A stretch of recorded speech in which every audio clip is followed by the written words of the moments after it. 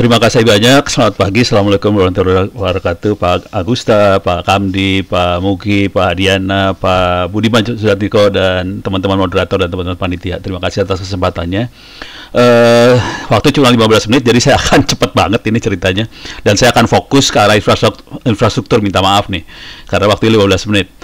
Tapi ini silahkan di screen capture atau dicatat apa segala macam. Untuk materi Anda bisa lihat di sini sebenarnya materi-materi saya, ICT for Villages. Ini waktu itu presentasi di Bank Dunia, jadi bisa di-download free. Oke, saya akan coba kasih lihat makhluk-makhluknya. Khusus karena ini banyak banget yang ngomong soal data. Sebetulnya saya ada kuliah free gratis tentang data mining, data engineering segala macam. Ini kuliahnya data engineering. Kita bisa belajar tentang data mining, artificial intelligence, tentang deep learning, machine learning dan sebagainya. Ini kuliah data engineering. Saya banyak pakai R dan Python di sini, jadi bisa belajar. Tadi Pak Hadiana udah cerita tentang infrastruktur di KPK, pakai R kelihatan. Ini kuliahnya ada di sini free. Ada juga di YouTube channel saya Ono Center, juga saya jelaskan dalam bentuk video. Tadi juga ada pertanyaan soal cyber security. Saya gedein ini dikit. Ini cyber security ada kuliahnya juga, cyber security. Ops, kegedean. Ini ada kuliah cyber security juga. Jadi teman-teman yang ada concern masalah keamanan data dan sebagainya, ini ada kuliah cyber security-nya. Cuman waktu ngajar cyber security kepaksa memang saya harus ngajarin teknik hacking segala macam.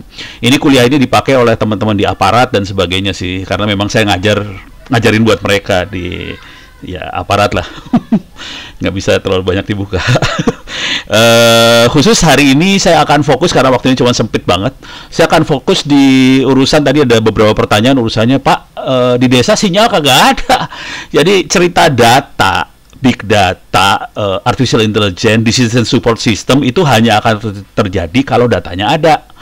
Kalau data dari desa, arus data dari desa bermasalah ke kota, itu jadi masalah. Cerita AI, decision support system, big data, semuanya nggak ada yang jalan sih sebenarnya. Kalau aliran data itu tidak ada, itu juga teridentifikasi dari presentasi Pak Agusta, juga kelihatan ada masalah itu sih sebenarnya. Oke, sekarang karena bangsa Indonesia paling takut urusan aturan, ya saya kasih lihat dulu aturannya dah.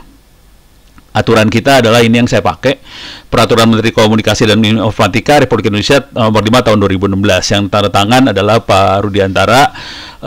Tujuan akhir aturan ini kebetulan kita nego sebenarnya Pak sama Pak Rudiantara waktu itu. Pak, kita punya masalah besar dengan teman-teman di lapangan, di desa, di rural, di daerah, itu sinyal kagak ada.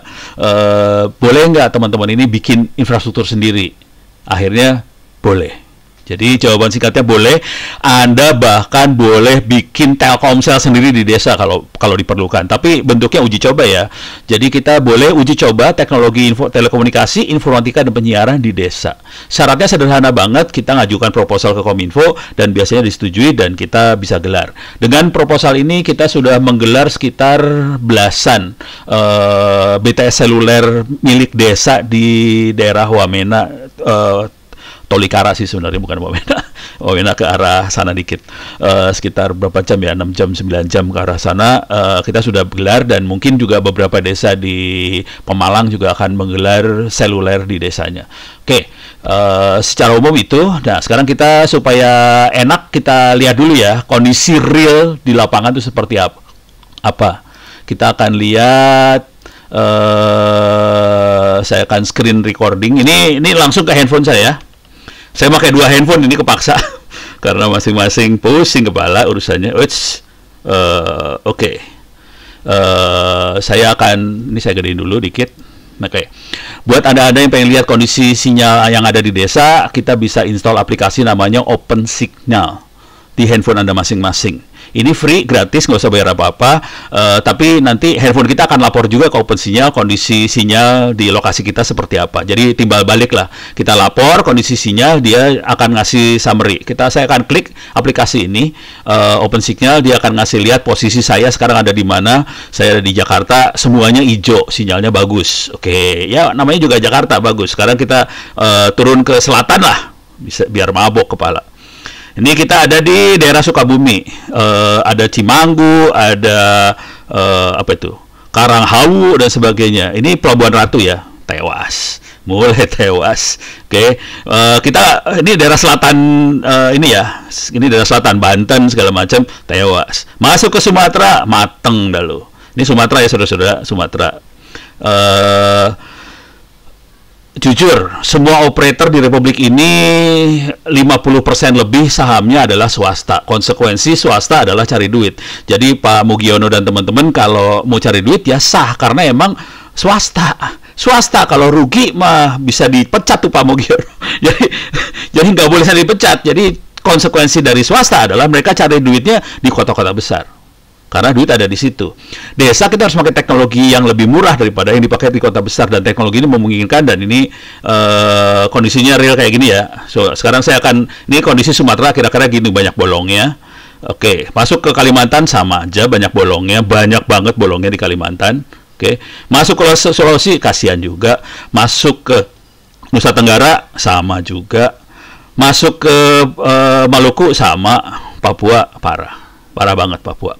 Akibat dari ini hampir setiap hari ada 3-4 komen di YouTube saya atau di Twitter saya atau di email saya, nanyanya sederhana banget, Pak, ada solusi nggak Pak buat desa saya? Jadi real, bangsa Indonesia itu pengen maju tapi kondisinya parah banget. Jadi akibatnya saya kepaksa bikin solusi dong. Oke, saya ngasih lihat solusinya yang sudah operasional. Ini saya masuk ke handphone saya yang satu lagi, yang lain. Saya klik dulu. Sorry. Oke, masuk handphone saya satu lagi. Ini share screen ya, handphonenya di share screen. Oke, sekarang saya kasih lihat yang bikin kacaunya sedikit. Silakan lihat di sebelah kiri bawah sini.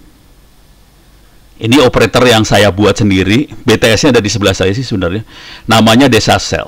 Ini saya buat hari Sabtu kemarin, butuh waktu sekitar 1 jam buat bikin seluler ini. Jadi nggak susah sih sebenarnya. Ilmu ini juga ada di YouTube saya, ilmu ini ada di e-learning saya. Teman-teman di desa bisa bikin sendiri, tidak melanggar hukum kalau Anda ngirim proposal ke Kominfo untuk uji coba teknologi tadi. Jadi secara hukum sah, nggak masalah. Secara teknologi semuanya terbuka. Oke, sekarang saya kasih lihat operasionalnya. Ini udah kelihatan ya Desa Selnya. Sekarang saya kasih lihat operasionalnya, biar kelihatan. Jujur nih teknologinya kita udah sampai 5G sih sebenarnya, karena semuanya open source. Tapi yang operasional banget tuh 4G. 4G-nya operasional, tapi teman-teman sudah ngembangin sampai 5G sih sebenarnya. Oke, saya masuk ke SMS lah. Ini saya kasih lihat rekaman SMS saya waktu tadi pagi sih sekitar jam 8.33. Sebelum acara ini mulai saya tes dulu. Tes. Ini kelihatan saya ngirim SMS ke diri saya sendiri ya. Tes, diterima, tes. It works. Jadi, nah yang kurang ajar nomornya. Bukan 0811 apa gitu ya, nomornya 1111111. Ya suka-suka gue yang bikin ya, kasih nomor seenak jidat ya. Nah, sekarang ini ya sedikit formalitas lah. Assalamualaikum warahmatullahi wabarakatuh. Selamat pagi peserta Kongres Desa. Langsung diterima sama saya juga. Assalamualaikum warahmatullahi wabarakatuh, Kongres Desa. Semoga desa kita semakin maju dan mandiri merdeka. Ya, semoga desa kita makin maju, mandiri dan merdeka. Oke. Sekarang kita masuk lagi yang lebih gila dikit. Si operator bisa ngirim SMS ke saya. Operatornya kasih nomor seenak jidat ya, 001, misalnya RI 001, jadi Pak Jokowi bisa aja punya nomor 001 ya. Suka-suka lah. Pokoknya kalau kita bikin sendiri suka-suka. Kades bisa bikin nomor 001, suka-suka aja. Ini masuk, dia bisa kirim message. Sekarang saya kasih lihat bentuknya seperti apa sih waktu ngirim message. Oke. Ini saya masuk ke OpenBTS-nya langsung. Ini saya bisa set identitas saya. Saya kasih nama Desa Sel tadi. Kalau kita lihat ya, ini caranya cuma gini aja, GSM Identity Short Name Desa Sel. Kalau mau saya kasih nama Desa Panjangan, Desa apa ya, suka-suka lah kayak gini bentuknya. Oke. Terus nah kuncinya di sini nih, 510 sama 33. 510 adalah Indonesia, 33 saya bikin buat Desa Sel. Kalau saya mau ganti, ini teknologi ini bisa dipakai Telkom, bisa pakai semua operator. Jadi teknologi ini sih bisa dipakai tidak hanya buat desa sih sebenarnya, buat Telkom, Excel dan sebagainya. Tinggal ganti ininya doang sih. Telkom ini 10 nih. 33 kita ganti 10 jadi Telkom. Excel kita ganti jadi 11 jadi di Excel. 01 jadi Indosat. Jadi bisa diganti. Ini waktu saya kirim SMS dari BTS-nya ke saya. Sebagai 01, sebagai 33 dia bisa kirim. Oke, jadi cara ngirimnya gitu. Barangnya seperti apa makhluknya? Anda bisa lihat di YouTube saya. Oke, ini live streaming. Saya masuk ke YouTube saya. Oops, sorry. Saya masuk ke YouTube saya ini. YouTube. Oke. Saya masuk ke YouTube saya, klik YouTube. Oke. Search Ono Center, silakan di search Ono Center kalau mau iseng. Masuk ke Ono Center ini. Oke. Nah, ini masukin kata kuncinya di sini OpenBTS. Oke. Dan saya akan turun ke bawah sini. Bentar. Ini dia. Penampakan hardware-nya kira-kira kayak gini barangnya. Walalala, iklan. Walah, 3 menit, 1 menit, stop. Skip iklan. Minta maaf tadi iklan lewat. Nah, ini stop dulu. Nah, ini alatnya kira-kira kayak gini doang sebetulnya. Jadi alatnya seperti ini doang. Ini alatnya buat konverter jadi dari program jadi sinyal seluler. Terus ini alat-alat yang lain lagi. Jadi alatnya cuma segini aja sih. Ini alat yang sama tapi dari produk lain. Ini amplifiernya kalau kita mau coveragenya sekitar 5 km. Ini amplinya kira-kira bentuknya seperti ini. Jadi kita bisa cover satu desa sih sebenarnya. 2-5 km dengan amplifier seperti ini. Biayanya berapa? Biayanya ini semua kalau kita mainan BTS ini. Kalau BTS punya Pak Mugiono dan teman-teman itu mahal ya. 1,5 M satunya. Kalau ini harganya sekitar barang ini sekarang ada di Bukalapak harganya 2,5 juta rupiah. Ini barang yang ininya doang. Kita tambahin komputer harganya sekitar 5 juta, ampli agak mahal sekitar 15-20 juta. Jadi amplinya aja yang mahal, sisanya udah mulai murah. Jadi teman-teman bisa ngebangin sendiri sebetulnya. Kalau pakai ini jaraknya cuma 20 meter, pakai ampli bisa 5 kilometeran. Jadi kira-kira alatnya seperti itu. Oke, sekarang saya masuk ke tingkat yang lebih murah. Ini tercover dari dana desa sih sebenarnya. Kalau teman-teman di desa punya dana desa, sebetulnya masing-masing desa bisa bikin sendiri BTS seluler sendiri dan bisa bikin kayak Telkomsel sendiri per desa sih sebenarnya kalau mau. Masalah besarnya bukan di teknologi sih akhirnya, di orangnya. Orangnya punya ilmunya enggak. Ilmunya udah ada di internet sih sebenarnya, cuman kan sebagian besar ilmunya bahasa Inggris. Ilmu yang ada di saya bahasa Indonesia, tapi yang lainnya bahasa Inggris semua gitu.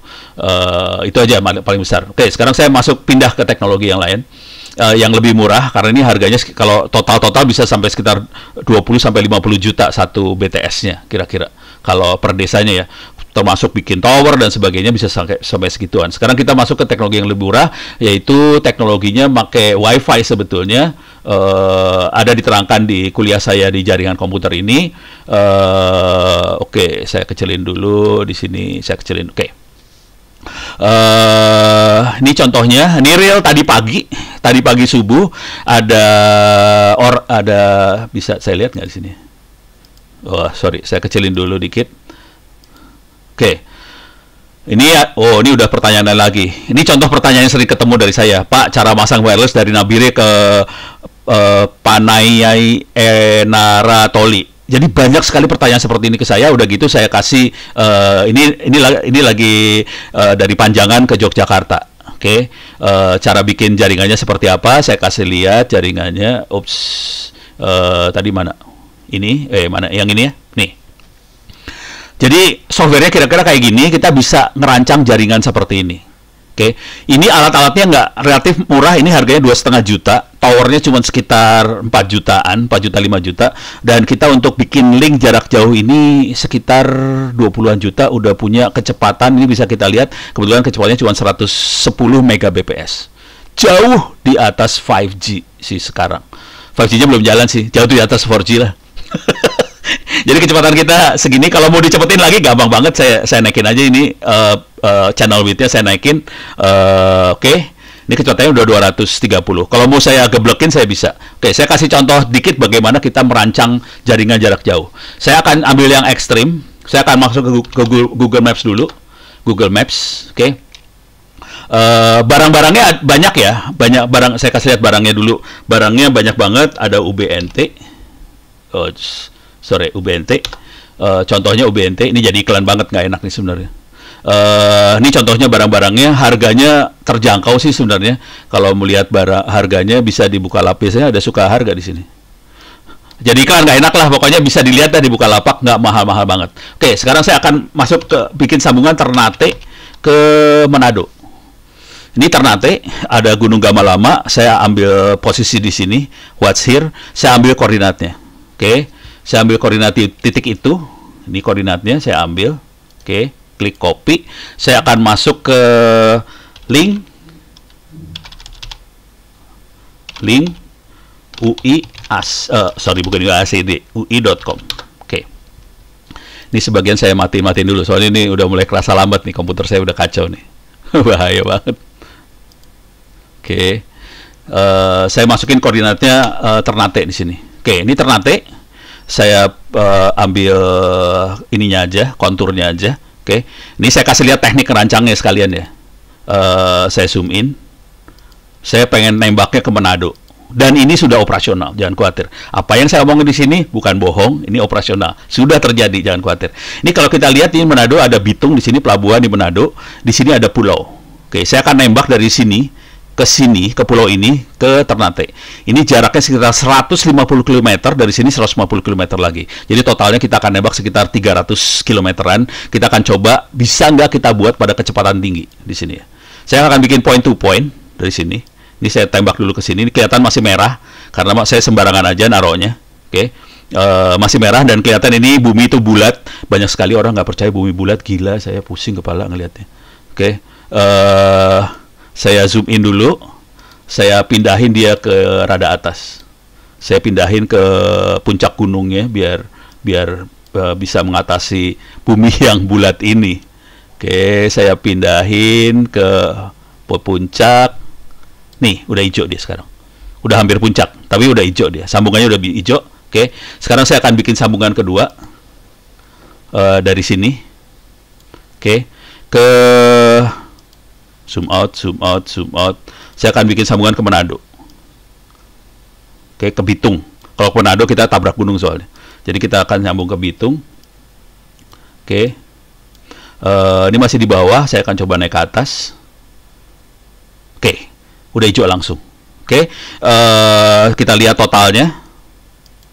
Kita lihat secara total. Ini alat yang dipakai belum optimal. Saya masih pakai air fiber di 5 GHz. Saya ganti alatnya sekarang. Oke. Saya ganti alatnya ke 11 GHz. Oke. Air fiber 11 FX. Oke. Sekarang saya rubah ininya kecepatannya supaya jadi lebih gila lagi. Oke, sekarang kecepatan saya 200 Mbps. Ini kecepatan saya naikin lagi supaya maksimum 200 Mbps. Oke, kelihatan jarak yang ini adalah 137 km, jarak yang ini adalah 116 km. Kecepatan saya adalah 200. Di sini kecepatan saya 200. Semudah itu kita buat ngerancang, tapi jujur ngarahin antenanya nggak gampang. Ini kalau kita teman-teman ngarahin antena ini butuh waktu sekitar hampir 2 minggu. Tidur di pulau itu untuk ngarahin antena dari Bitung ke Ternate, dan sudah operasional hari ini. Kecepatannya sekitar 200 Mbps dari Bitung ke Ternate.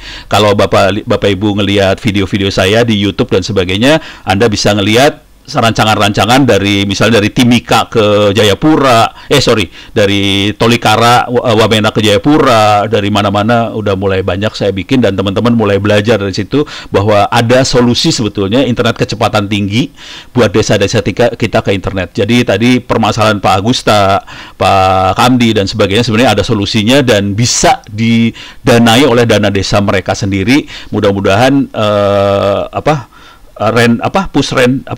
rencana pembangunan desa itu yaitu bisa